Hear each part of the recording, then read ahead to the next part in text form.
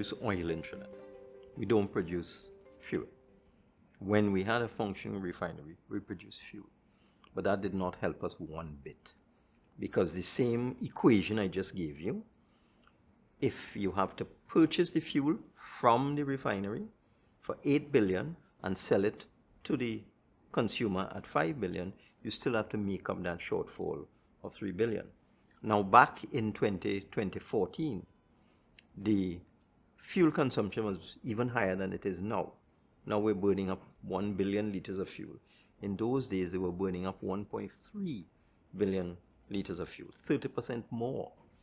And oil was going all the way up to $130, $140. The fuel subsidy in 1 year alone, I think it was 2014, was $7 billion. 7,000 million. So can you imagine if the government at the time, I said, all right, we will put aside 2 billion, because they were flush with money in those days, and that's not this government, that's the one before. If they had said, all right, let's put aside 2 billion, use that to keep the price of fuel down, and take out the other 5 billion and spend it productively. Spending it, as I said, fixing our infrastructure, helping people, social grants, etc. They chose not to do that. They were afraid. They were afraid of the backlash from the population, so they felt, look, they wouldn't do it. But it was a very bad decision. Because can you imagine if they had that 5 billion? They could have paid all the back pay to public servants, for example, and not leave it for an incoming government to deal with as an expense to burden the treasury. So there are many different things that the money could be better used for, and we think it's just not a good allocation of resources.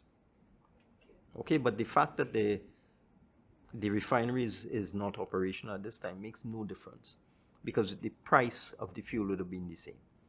And in the case of that refinery, it was even worse, because we don't produce enough oil in Trinidad to put the throughput through the refinery to make it efficient. A refinery needs to have a certain volume of oil processed on a daily basis. Our refinery needs about 140,000 barrels of oil being processed every day. Otherwise, it's not being used efficiently. And what was happening in the past is that the refinery, Petrotrin, would purchase 100,000 barrels of oil every single day, because we produce about 30 or 40,000, or they produced, Petrotrin produced 30 or 40,000 barrels of oil, and they had to supplement that with importing 100,000 barrels of oil every single day. So the amount of oil going through the refinery was 4 times what Petrotrin was capable of producing from its oil fields, whether land or offshore.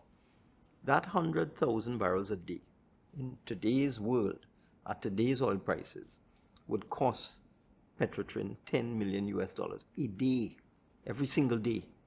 So take 10 million and multiply it by 365, and you will see what we're talking about. You're talking about 3.6 billion US.